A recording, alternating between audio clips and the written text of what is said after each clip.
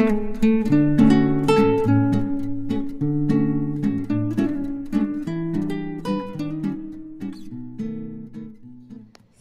warahmatullahi wabarakatuh. Puji syukur kehadirat Allah Subhanahu wa Ta'ala yang telah melimpahkan rahmat kepada kita semua. Perkenalkan, nama saya Nikmatul Murtafiah, Sarjana Pendidikan Master of Science. Saya selaku dosen di Institut Kesehatan Raja Wali, Fakultas Kesehatan, Program Studi D4 Teknologi Laboratorium Medik. Saya mengajar mata kuliah yang sesuai dengan bidang keahlian saya, yaitu bidang mikrobiologi dan bakteriologi. Selama proses perkuliahan, pembelajaran, penelitian, dan pengabdian masyarakat, saya usahakan selalu terintegrasi dengan bidang keilmuan saya. Sebelum memulai perkuliahan, tentunya saya akan membuat rencana pembelajaran semester atau FPS dan kontrak perkuliahan untuk disepakati bersama mahasiswa. Di awal pertemuan, saya akan memberikan garis besar atau gambaran materi dan capaian pembelajaran kepada mahasiswa. Dalam pengajaran, saya selalu memanfaatkan teknologi seperti Zoom, e-learning, Google Classroom, dan PowerPoint untuk kegiatan proses pembelajaran. Selain itu, saya juga menyediakan modul dan diktat sebagai bahan belajar mandiri mahasiswa. Saya menekankan kepada mahasiswa agar selalu menciptakan kedisiplinan dan etika selama proses pembelajaran. Jika ada mahasiswa yang terlambat datang perkuliahan, maka saya bertanya kenapa alasannya. Sehingga jika alasannya memang mendesak, saya akan berikan toleransi dan bisa mengikuti kegiatan pembelajaran di kelas. Saya juga menanamkan soft skill, kesopanan, empati, dan kerapian karena sebagai tenaga kesehatan harus menjadi teladan bagi pasien dan masyarakat. Dalam bentuk evaluasi, saya selalu menerapkan UTS dan UAS menggunakan e-learning. Di akhir pertemuan juga saya akan memberikan mahasiswa suatu ruang diskusi dan refleksi agar mahasiswa itu dapat memberikan masukan terhadap proses pembelajaran yang saya lakukan. Demikian perkenalan dari saya. Selanjutnya saya akan menyampaikan video pembelajaran dan proses perkuliahan di dalam kelas maupun di dalam laboratorium. Wassalamualaikum warahmatullahi wabarakatuh. Oke, ketemu sama Ibu lagi ya untuk pertemuan kelima pada mata kuliah bakteriologi klinik 2. Untuk sebelum ke materi saya absen terlebih dahulu ya. Oke, yang pertama Fadila. Lipan, Jenny, Nabila, hadir Bu. Rizni, hadir Bu. Angga, Dion, Kezia, hadir Bu. Angelina, hadir. Indri, hadir Bu. Debbie, hadir Bu. Hari ini siapa? Bintang,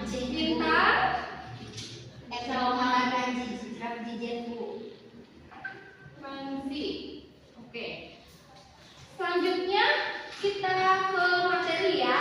Jadi untuk materi ke-5 ini untuk capaian pembelajarannya, yaitu yang pertama adalah mahasiswa tentunya bisa menguraikan ciri dari mikrobakterium morfologi dari koloni Mycobacterium tuberculosis, masalah di Indonesia ya, terutama di Indonesia. Ciri khasnya adalah batuk ya, batuk. Kemudian apa lagi? Batuk lebih dari berapa? 3 minggu, 2 minggu ya. Biasanya batuk lebih dari 2 minggu. Selanjutnya apa? Kalau misalkan Mycobacterium tuberculosis, badannya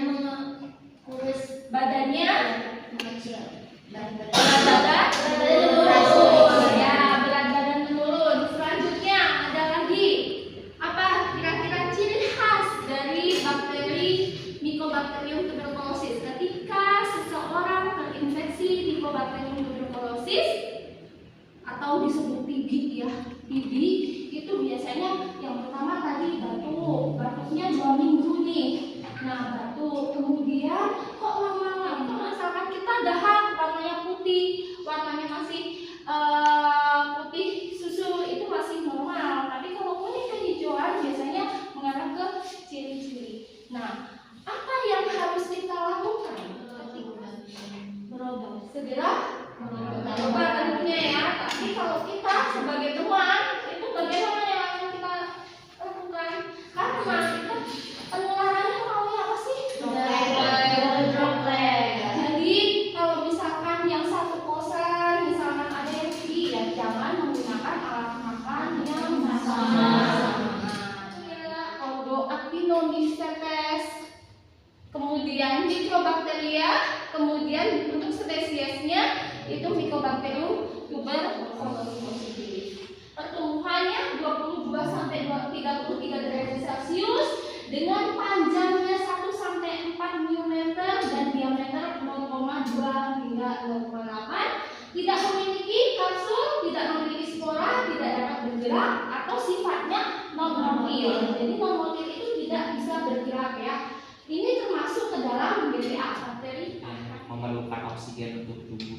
Ya, jadi bakteri ini hanya dapat tumbuh aerob karena sifatnya aerob, jadi dia perlu oksigen, ada udara, ada oksigen. Keduanya harus ada obligat, itu wajib. Jadi kalau misalkan aerob obligat, ini wajib ada oksigen. Berbentuk praksil lurus, gramnya ini positif ya. Meskipun kita amati di pewarnaan apa yang dilakukan untuk Mycobacterium seperti diberikan yang lainnya. Jadi ini itu khusus Mycobacterium tuberculosis. Jika dia karena tahan terhadap asam, dia tidak bisa dilakukan pewarnaan gram. Ketika gram dipaksa pewarnaan gram, dia akan mewarnai gram positif.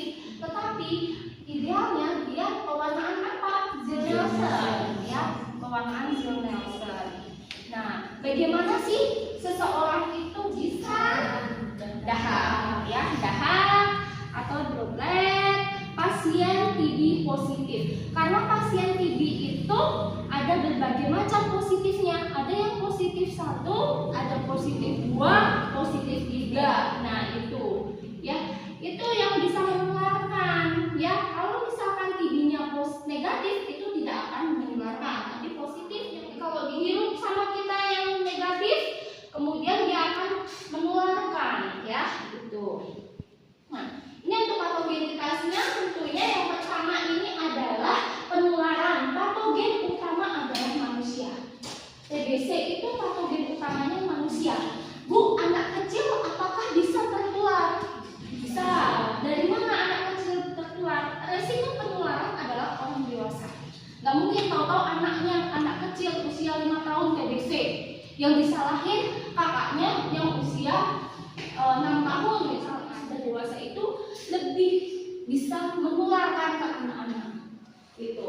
Kemudian penyebarannya melalui droplet pasien TB positif masuk ke dalam saluran pernapasan ya, karena dia inhalasi masuk ke dalam saluran pernapasan. Kemudian dia akan menyerang ke sistem imun, berfagositosis, kemudian menetap dan berkembang di alveolus, hubungannya di paru-paru ya, bagian alveolus menyebabkan peradaban.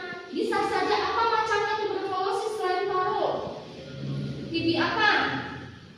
TB tulang. TB tulang. Terus TB kulit. Terus TB pencernaan. Itu tuberkulosis ada TB tulang, ada TB pencernaan gitu ya. Jadi gimana Bu kalau TB pencernaan? Biasanya makan muntah.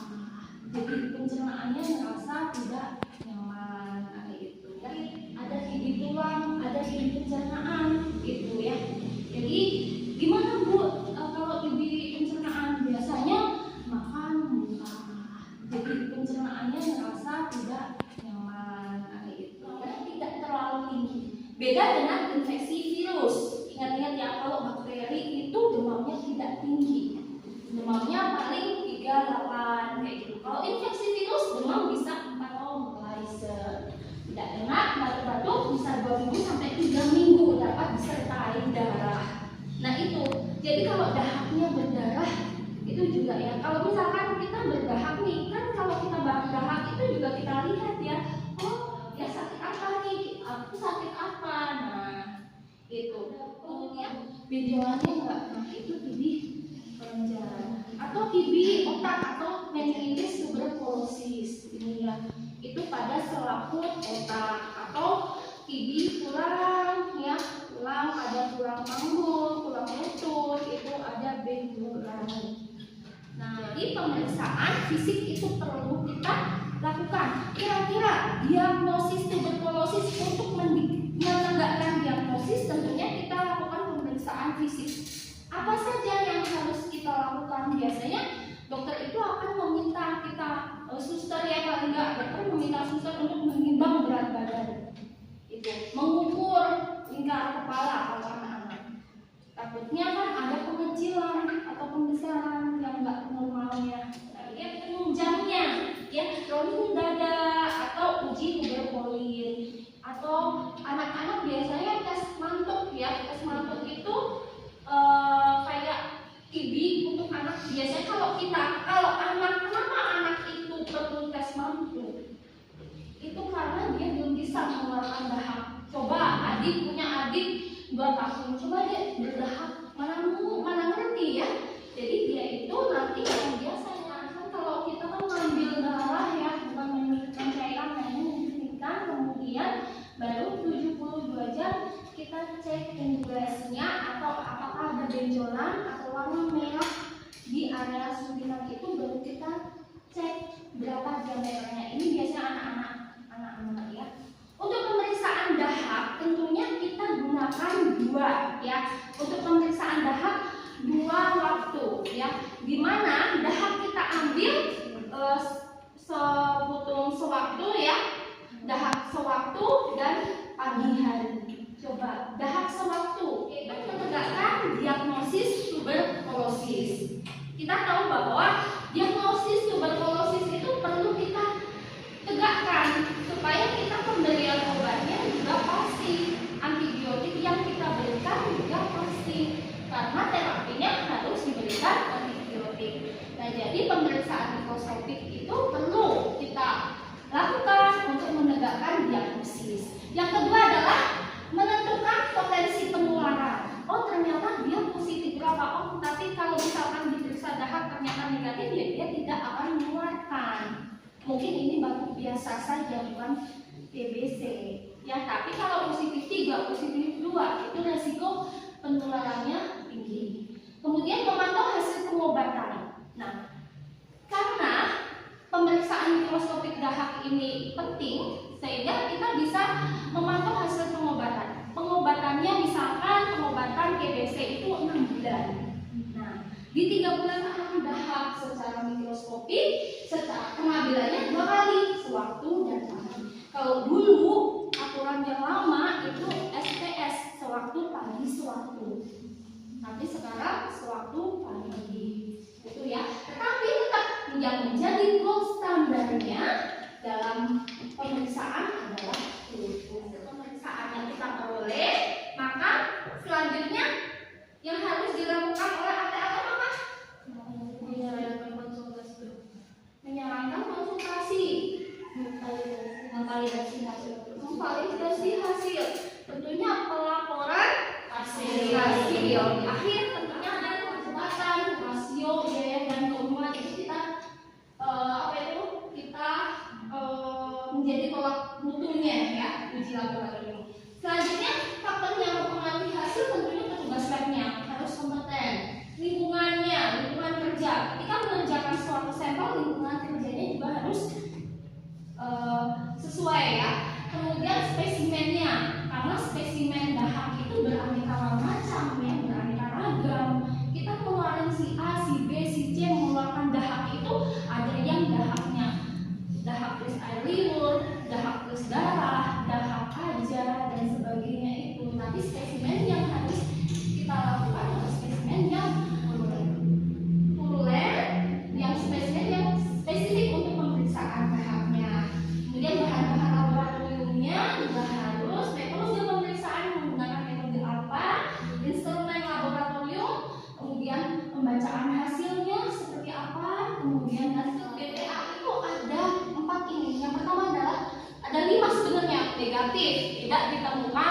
BTA bakteri Mycobacterium tuberculosis.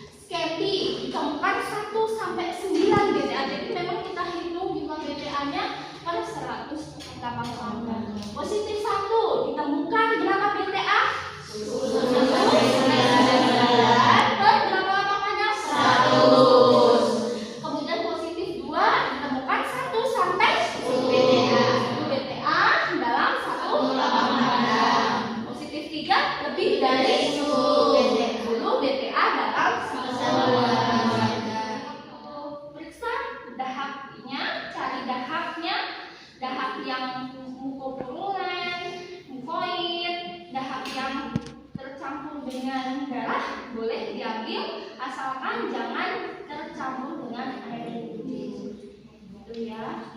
Itu ini untuk pasien yang bagaimana sih pengarahan ya dari rumah sakit tentunya ada barcode-nya tersendiri, identitas, sediaan dahaknya jelas, ditempel di dinding pot dahak. Kemudian juga pot dahak ini harus sekali pakai, jangan menggunakan dapur. Nah, ini adalah karakteristik dahak yang kita gunakan. Jadi dahak mana yang harus kita, yang tidak boleh?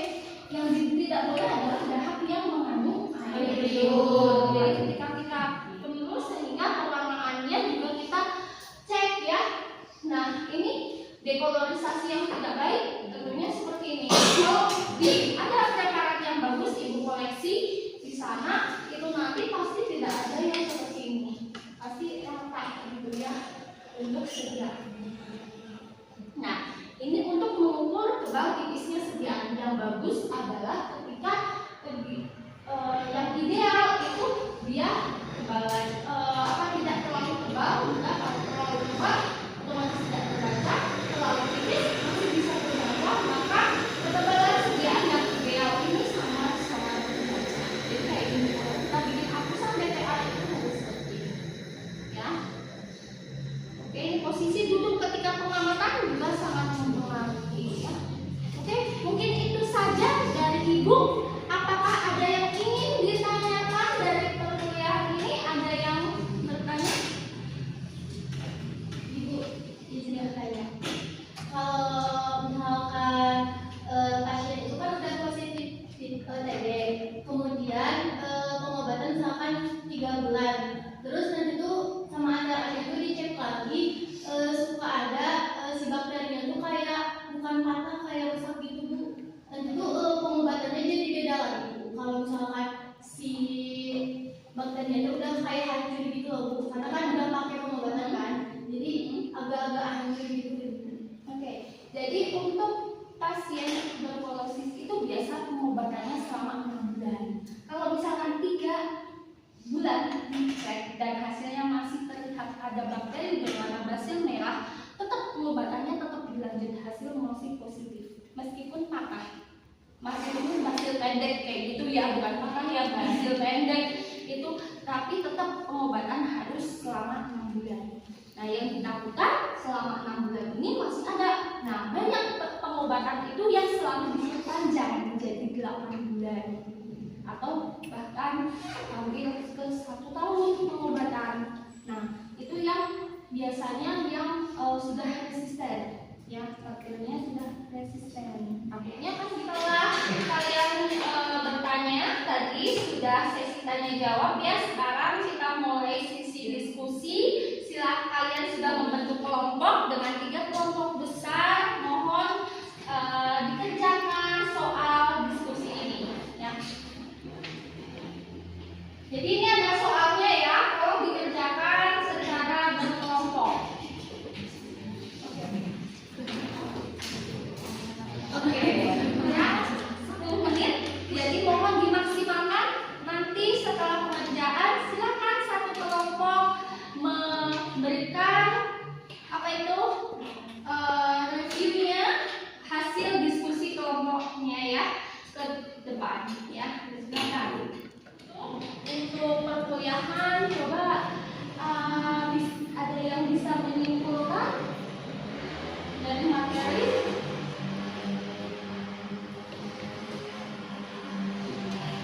Menyimpulkan dari materi, dari ciri-cirinya, penularannya,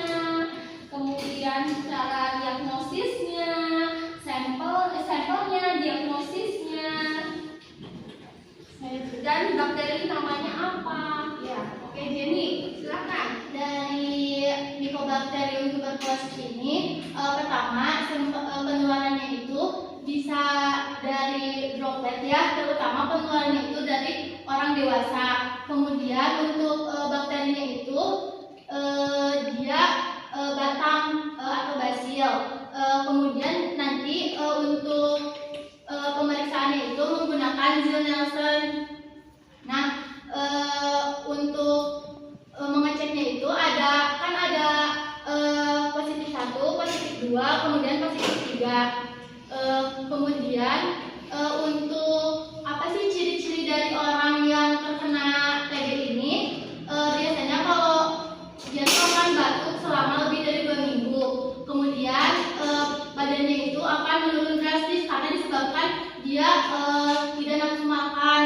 Kemudian biasanya penularannya itu dari orang dewasa begitu. Jadi misalkan kalau anak-anak ke anak-anak itu jarang atau tidak bisa, biasanya ditularkannya itu melalui orang dewasa. Oke, ya cukup. Ada penambahan lagi mungkin? Cukup Ibu. Ya, terima kasih. Ya, beri floor.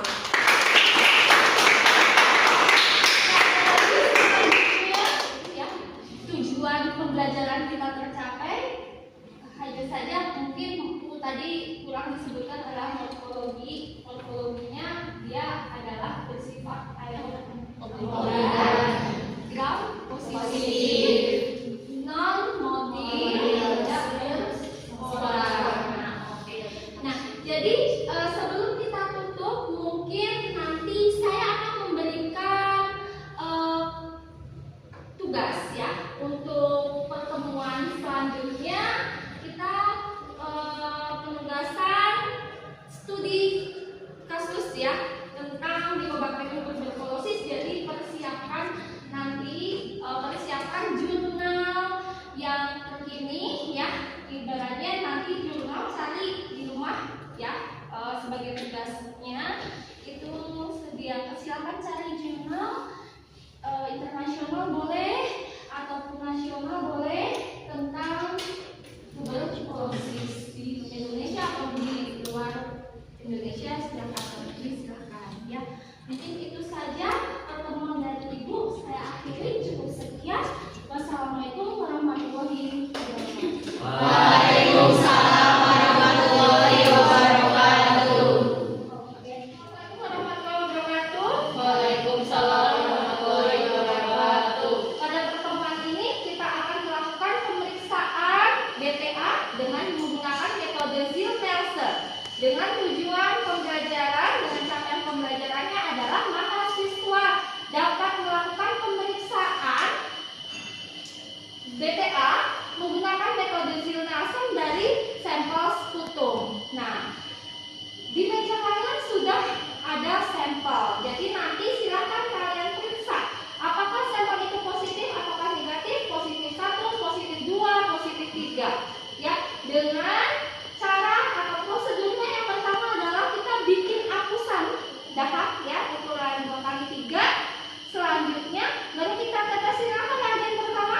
Karboksil selama berapa menit? 5 menit. Ya, jadi kita panaskan, kemudian kita panaskan, kemudian kita diamkan selama 5 menit. Panaskan jangan sampai dia itu mendidih, tetapi cukup menguap saja. Selanjutnya kita bilas aquades, kemudian kita tambahkan apa?